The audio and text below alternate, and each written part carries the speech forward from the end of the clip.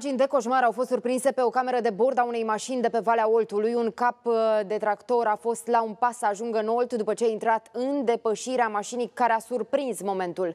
Tirul din față nu l-a lăsat să încheie depășirea, motiv pentru care șoferul capului tractor a fost nevoit să tragă stânga de volan și a ajuns pe malul râului. Cei care au văzut imaginile îl condamnă atât pe șoferul intrat în depășirea periculoasă, dar și pe cel care i-a tăiat calea. Ar trebui să rămână amândoi fără permisul de conducere, spun internauții.